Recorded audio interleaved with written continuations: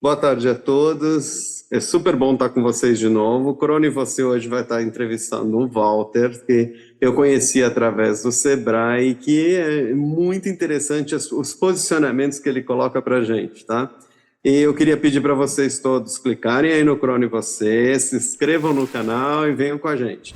Walter, a gente sempre começa pedindo para a pessoa se descrever, contar um pouco para todo mundo que está assistindo quem é o Walter, porque daí fica mais fácil. Olá, meu nome é Walter, coordenador aqui no prédio do Sebrae. Praticamente quase 10 anos eu trabalhei com autoelétrico, só que minha paixão sempre foi a parte de computação e acabei depois de ir para a área da informática. E depois eu descobri que, na verdade, eu não gosto de informática, eu gosto de resolver problemas. Foi uma das coisas que eu descobri também durante o meu processo, mas não exatamente de computadores, mas resolver problemas de pessoas. E a informática era um dos caminhos que eu tinha para resolver os problemas. E acabei ficando na área até mais ou menos 3 anos atrás, quando eu tive que sair dela, quer dizer, me afastar um pouquinho dela em questões de, por causa de saúde, mas é uma coisa que a gente fala que é uma vez que entra na veia, ela é difícil de sair. Gente, o Walter participou com a gente num debate aqui no Sebrae, que estava na sala do Senac, tá, nesse dia, e a gente estava falando de diversidade, mas de um jeito bem diferente. A gente estava falando sobre diversidade de idade, diversidade no trabalho, diversidade ligada ao social, e não só especificamente de um aspecto, assim, que ela é geral e que no trabalho ela tem uma influência muito grande. E ele veio com alguns conceitos que me chamaram muita atenção, o suficiente que eu pedi para ele vir falar sobre isso nessa entrevista. Walter, conta um pouco para a gente como foi para você dar uma olhada nesse assunto e todo aquele trabalho que você desenvolveu sobre as entrevistas que conseguem eliminar aquele desvio que você pode ter se você tiver um juízo de valor pré-definido. Foi um assunto bem importante, porque o nosso método de currículo que a gente teve, de você colocar as qualificações, o que você pode agregar na empresa, essas coisas, a gente descobriu que é muito antigo. Em 1500, 1400 e pouquinho, já tinha esse modelo. E nós estamos falando de mais de 500 anos depois, nós continuamos o mesmo usando o quadro. E é um fato importante, porque é totalmente verdadeiro nessa qualificação. E também a empresa, quando analisa, ela considera verdadeiro essa análise, ou ela considera que você pode estar mentindo e ela vai também fazer de conta que acredita naquilo e te contrata com base numa mentira. E muitas vezes a gente vê que é um modelo ultrapassado, porque nele a gente coloca, por exemplo, fator idade. Será que o teu cargo, efetivamente, a tua idade interfere na sua competência? Será que você pode usar a idade como referência de competência ou como referência de conhecimento? O fato de você morar na comunidade ou morar no centro também interfere na sua competência como pessoa, como profissional? Ou são todos critérios que nós utilizamos como desculpa para não contratar alguém? E com base nisso, eu fiz uma pesquisa em relação a isso e a gente descobriu que existem algumas coisas, que, por exemplo, hoje, desde 2016, existe uma startup brasileira que utiliza entrevistas cegas, que é exatamente para evitar esse viés de condicionamento, de falar, não, essa pessoa não é loirinha, não é branquinha, tem cabelo, usa dread, tem tatuagem. Mas será que essas características definem quem é o profissional? Será que isso define efetivamente quem é a pessoa por trás da oportunidade, que está indo atrás das oportunidades? Ou será que nós estamos discriminando de uma forma até bonitinha, que é o currículo, essas pessoas? E pública, tá, mas o fato de você se formar na faculdade pública te dá mais capacidade do que alguém que se formou em uma outra universidade, ou você tem se formado em uma universidade que é do Norte e Nordeste, será que você é menos capacitado por causa disso? Ou é sua competência pessoal que tem que ser avaliada? O teu conhecimento que realmente fica para a empresa? O grande lado, o fator positivo dessas entrevistas às cegas são os resultados que eles obtiveram nesse longo do tempo, porque foi uma maior retenção de talento, que é o maior problema que os empreendedores enfrentam hoje, que é a retenção de talentos, e o próprio desenvolvimento do talento, porque a pessoa acaba ficando na empresa porque ela acredita na empresa. E não que ela gosta do salário. que a empresa paga. E a gente vê que hoje existe uma mudança do perfil do próprio empregado, que ele não fica preocupado tanto quanto ele recebe, mas sim quanto ele pode crescer na empresa, quanto ele pode crescer enquanto pessoa, quanto ele pode crescer como profissional. E é isso que acaba sendo avaliado pelo profissional ao escolher uma empresa. E muitas vezes a empresa, em contrapartida, ela oferece algumas coisas como promessa, mas também não entrega ao profissional. E a entrevista das cegas, ela vem com essa proposta de acabar com esse viés dos dois lados, tanto com o lado do empregador, porque ele se compromete a entregar aquilo que ele promete, e do empregado, de entregar competências, entregar conhecimento de fato aplicado, e não apenas uma teoria escrita em papel. A gente brinca muito que papel aceita qualquer coisa. E a ideia da entrevista às cegas é que você não tem esse papel no meio do caminho. Então vai ser feita uma entrevista e você vai responder ao vivo o que está sendo colocado como questão. E muitas vezes, nessa entrevista às cegas, não é perguntado sobre trabalho, sobre efetivamente do que você vai fazer como profissional. E sim perguntas como que você é como pessoa. Se você tem amigos, se não tem amigos, o que costuma fazer aos finais de semana, qual tipo de hobby. Porque entender o quanto sociável você é, se você consegue trabalhar numa equipe, o quanto você é desenvolvido emocionalmente para receber uma crítica, receber um feedback negativo. Então, são feitas análises diferentes do que simplesmente um currículo que você entrega para a empresa falando, eu sou formado em Universidade X, eu fiz tantas pós-graduações, eu fiz tal graduação. É útil como equipe, útil como pessoa, dentro do... o quanto isso virou conhecimento e quanto isso virou saber. Quanto efetivamente isso é nato dentro da pessoa. E não simplesmente que ele passou pela faculdade, ele passou pelo curso. Quanto isso ficou nele, quanto ficou na pessoa, todo o conhecimento filosófico, toda a parte estrutural do conhecimento, quanto isso sobrou dentro da pessoa. Porque muita gente faz cursos de inteligência emocional, faz cursos de liderança, e depois no final não tem nada disso, ele só passou pelo curso, ele tem um diploma disso. Mas efetivamente ele não tem a competência, ele não tem o saber sobre isso, ele não tem o domínio nem sobre suas próprias emoções. Quem dirá dominar as emoções adversas da dele numa reunião, numa conversa entre lideranças, de onde ele tem que colocar um posicionamento de inteligência emocional, de falar, não, eu aceito a diferença e vamos tocar independente dessa diferença. E você usar essa diversidade como um fator de ganho e não um fator de conflito. E isso é uma coisa que tem sido muito discutido, principalmente por liderança, e existe um monte de curso falando sobre isso, mas efetivamente, quando você vai ver em resultados numéricos no mercado, você vê uma discrepância entre o que se promete e o que se cumpre. Porque você vê grandes empresários tendo problemas de agressão dentro da casa, nos casos até recentes. Não, mas eu tive discussão com meu filho. Tá, mas chegaram numa violência. Não conseguiram resolver num diálogo. E isso é comum dentro de casa, é comum dentro de empresa. Aí fica aquele líder que fala, não, eu que mando aqui, eu que pago o seu salário. A gente fala, pô, mas será que o funcionário hoje aceitaria esse tipo de serventia? Será que é útil também para o profissional continuar numa empresa dessa? Ou seria ideal que ele procurasse uma outra empresa onde ele fosse mais valorizado?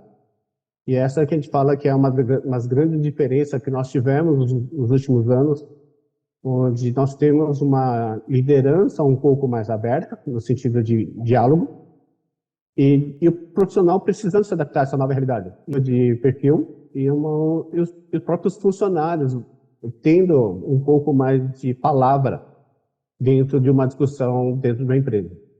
E foi uma das coisas que mais chamou a atenção, foi essa questão de que nós temos várias startups com pessoas começando com 50 anos. Elas não estão no meio de um processo. Não, elas estão começando, estão abrindo startups, empresas de inovação tecnológica aos 50 anos. E, em contrapartida, nós temos alguns profissionais de 18 e 20 anos que são totalmente arcaicos, tanto no sentido de inovação, quanto no sentido de abertura para negociação. Então, a gente fala, será que a idade efetivamente é um critério para você avaliar uma competência, seja de um parceiro, seja de um cliente, seja de um fornecedor. Então a gente fala que é para se pensar até que ponto, quando nós olhamos para alguém e falamos, ah, não, essa pessoa é do tempo da Varig, ah, esse tempo da pessoa é do tempo da HSBC ainda. E você fala, ah, essa pessoa é muito antiga. Será que ela é realmente antiga ou antigo é o nosso preconceito em relação a isso? O velho é o nosso preconceito e não efetivamente a idade da pessoa. Tem pessoas de idade que têm uma mente bem mais aberta do que muita pessoa nova. Então a gente fala que é para se pensar, é para se repensar sobre o que nós entendemos como idade. Porque o que nós consideramos velho hoje, será que é realmente velho? Será que é realmente antigo? É antiquado, efetivamente? Ou é somente um preconceito que nós criamos ao longo do tempo? Walter, a gente estava conversando até um pouco esses dias, né? Essa entrevista de 2016, ela já trazia todo esse know-how, mas depois disso, atualmente, está se pensando um pouco em usar a inteligência artificial, que você até comentou com a gente. Como você enxerga isso? Isso é uma evolução ou ainda talvez a inteligência artificial não esteja preparada para isso? Dentro do que eu entendo ainda, como eu trabalhei um certo tempo auxiliando uma psicóloga no processo de seleção, eu acredito que como estamos falando de fator humano, estamos falando ainda de valor humano, você fazer uma análise através de uma inteligência artificial, eu acho que é um retrocesso e não um avanço. Porque é uma máquina decidindo por um fator humano. Porque eu posso colocar dentro de uma... como ele não vai ter julgamento, ela vai aceitar o que o programador colocar. E o programador ele pode ter um critério dele, pessoal. E ele vai acabar colocando esse valor pessoal dentro do sistema. Ele vai, por exemplo, ele pode ter um viés de conhecimento de que ele acha que para uma pessoa ser capacitada, ela precisa ser letrada. E a gente tem até alguns vídeos no YouTube, que é do Fernando Burrão, que é uma sátira sobre isso, que ele não passou da quinta série. E ele fica repetindo, ah, mas eu não fiz na quinta série. E ele é um grande gestor. Ele tem uma empresa, e os amigos dele que são letrados são funcionários dele ou têm uma vida financeira pior do que a dele. Então a gente fala muito sobre essa questão de quando você coloca uma IA para analisar um ser humano, você tem que tomar muito a característica do criador e quem programou ele. Então a gente fala que a análise de humano tem que ser feita ainda por humanos. Apesar de ela ir contra uma tendência de inovação, a gente fala que o humano ainda precisa ser tratado por humanos. Nós temos viés comportamentais, temos viés de conhecimento que são partes dessa construção, mas que são necessárias enquanto interpretação humana, principalmente quando estou falando de uma contratação de uma pessoa. Ao simples comportamental, eu posso colocar para a IA para que a IA entenda da forma que eu quero, o que não funciona muito com o ser humano, porque ao longo do discurso eu vou cair em contradição uma vez que eu tenha sido treinado. Porque vai ter perguntas que vão ser feitas, eu não vou saber responder, ou vou responder de maneiras contrárias. A IA eu posso me treinar para ela, porque ela vai ter um comportamento planejado. O ser humano não. O ser humano pode ser do nada, ele acha, olha para minha cara, eu acho que eu vou te perguntar sobre a praia. Eu quero saber quais são as praias que você mais gosta, já que você gosta de ir para a praia. Se eu for um comportamento treinado, eu vou chegar e ficar, eu não estava preparado para esse tipo de pergunta. Agora, se for uma IA, eu posso falar, IA vai me perguntar, eu vou lá, pesquiso algumas praias bonitinhas e respondo para a IA. IA, eu gosto de tal praia.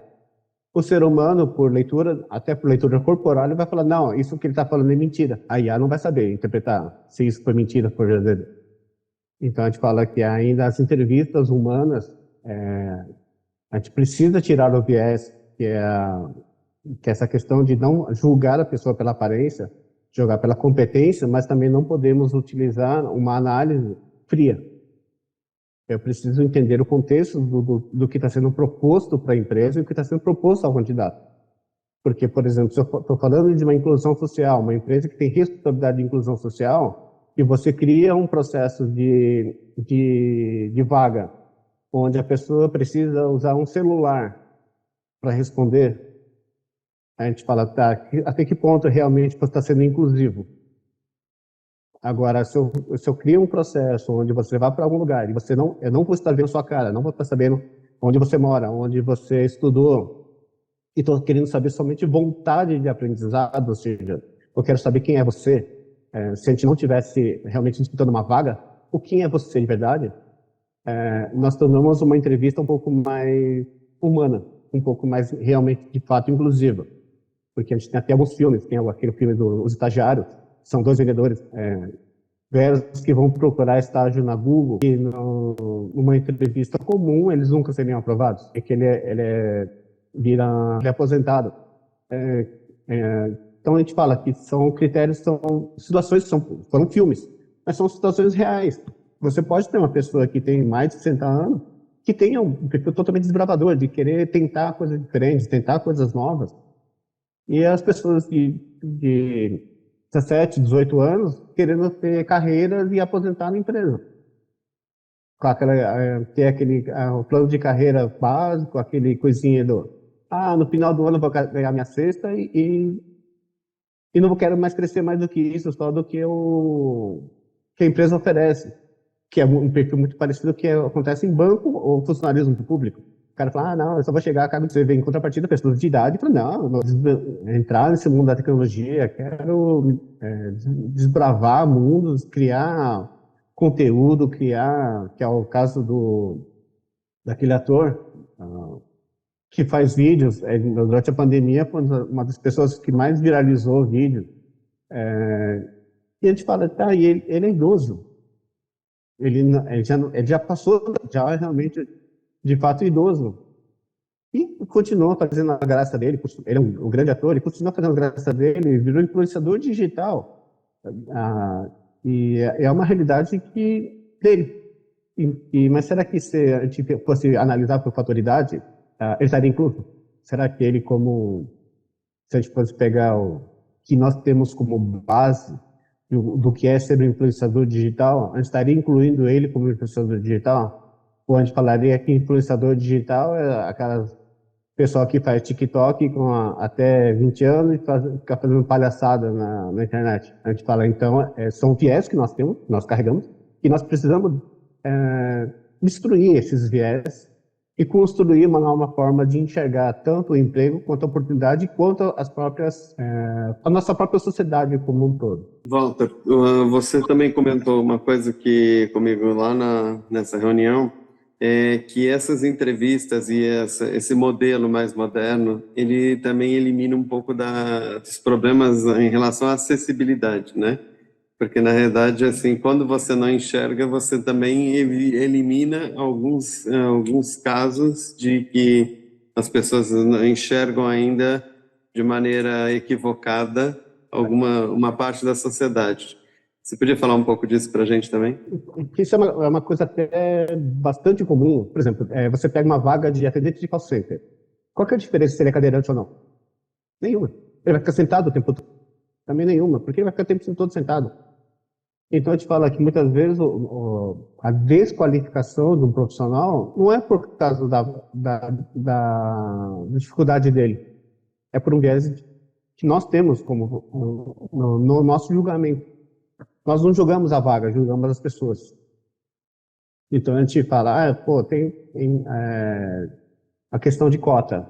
Nós presenciamos uma questão até que ele tinha problema num braço, e colocaram ele para um serviço onde ele tinha que usar os dois braços, onde pessoas com dois braços tinham dificuldade para trabalhar. Então a gente fala, peraí, você colocou a pessoa numa situação onde ela se expõe mais do que ela estaria sem o emprego dela, ou então o emprego dela virou uma coisa negativa. Você colocou ela para trabalhar numa situação onde você sabia que ela tinha deficiência, e você colocou ela para fazer uma coisa que ela precisa das duas mãos, sabendo que ela não tinha uma. E aí a pessoa responde, não, porque tem cota. Você fala, peraí, a cota serve para você incluir as pessoas para que elas se sintam úteis.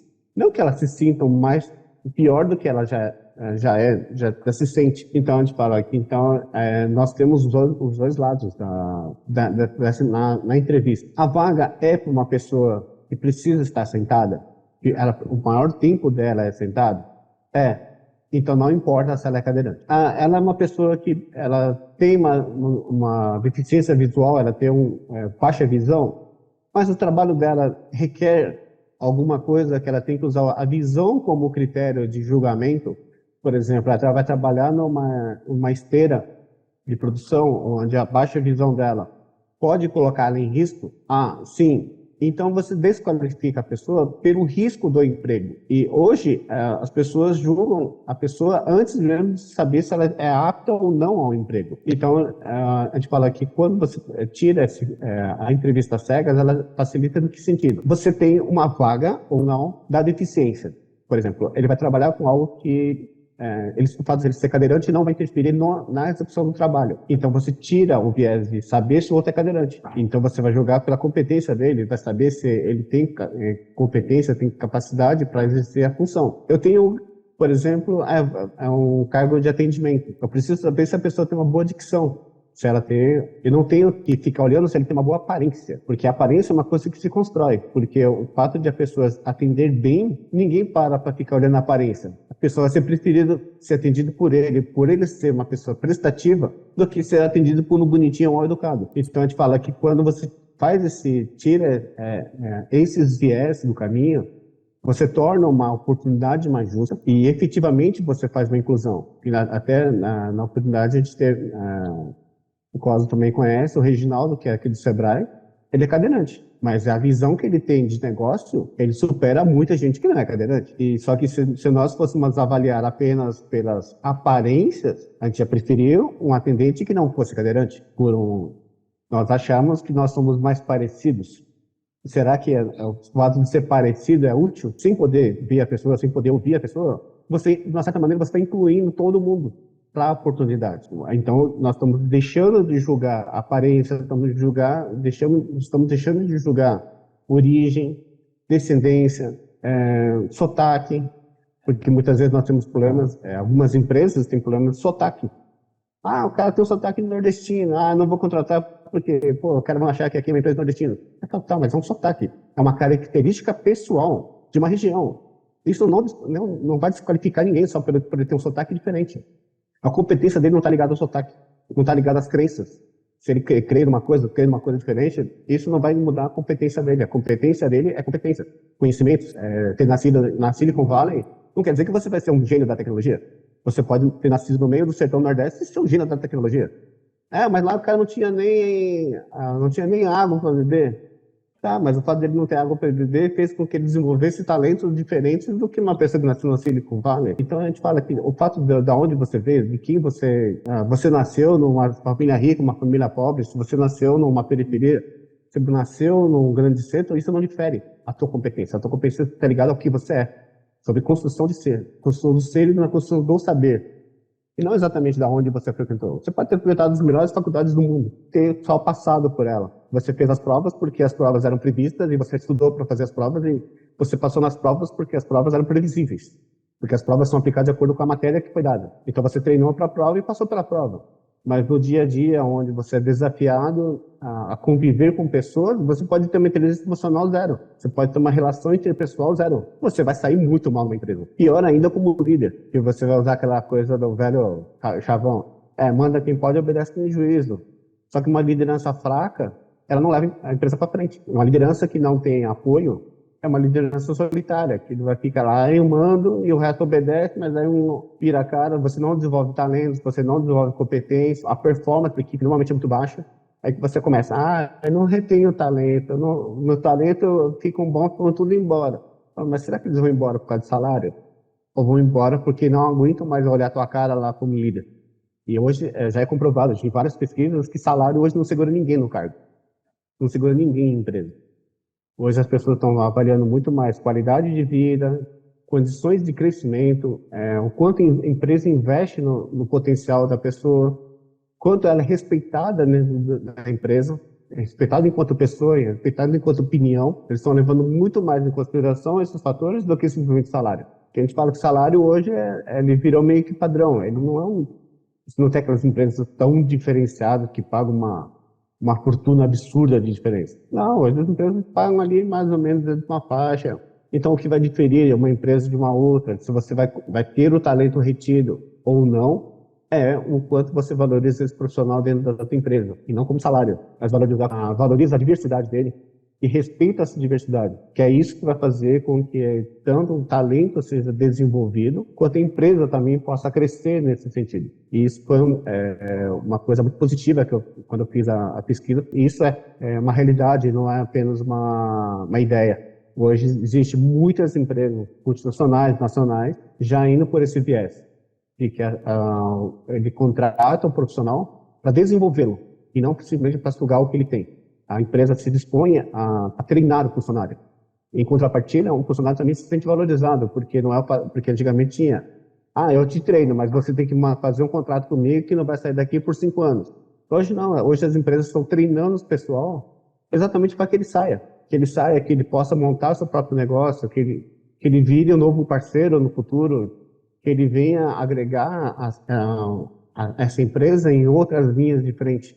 Então a gente brinca muito que hoje muitas empresas não estão formando profissionais, estão plantando a semente do empreendedorismo. Então você tem muitas empresas hoje que investem no conhecimento, investem no desenvolvimento de talento, desenvolvem em treinamento de liderança, desenvolvem trabalhos onde você possa desenvolver outras habilidades além das que você efetivamente utiliza no seu conhecimento, para que amanhã você possa deixar de ocupar o cargo que você ocupa, ocupar um cargo maior, e deixar sua vaga lá para uma outra pessoa que está crescendo na empresa. E você ter uma outra linha de trabalho. E não que você vai sair da empresa, vai se desligar da empresa, mas você vai entrar em outras áreas dessa empresa, que é uma coisa muito comum. Fora do Brasil, isso é muito comum. Está começando a virar comum também no Brasil. Só que muitas empresas ainda adotam aquela história mas eu quero meus profissionais formados pela USP. Eles estão em patamares diferentes, eles são concorrentes entre eles. Eles não são colaboradores de uma mesma equipe. Você tem uma equipe de 10 pessoas e 10 equipes internas, individuais, competindo uma com a outra. Um tentando derrubar o outro, um tentando puxar o tapete do outro, sem nenhum tipo mínimo de colaboração entre eles. E aí você vê outras empresas onde não tem pessoas tão talentosas assim no sentido de formação, não são tão letrados no sentido de qualidade, mas desenvolvem um talento pessoal muito maior, onde eles agregam um ao outro dentro da equipe, fazem a equipe crescer, trabalhar, ter resultado muito mais expressivos do que uma empresa de vários talentos, de mini talento.